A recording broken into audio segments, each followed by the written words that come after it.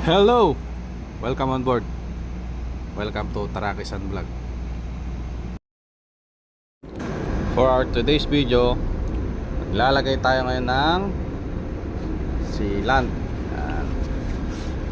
Yan yung pinaka-packing yan mismo sa may casing. Yan. Meron pa kasi yan, casing yan sa upper para dyan.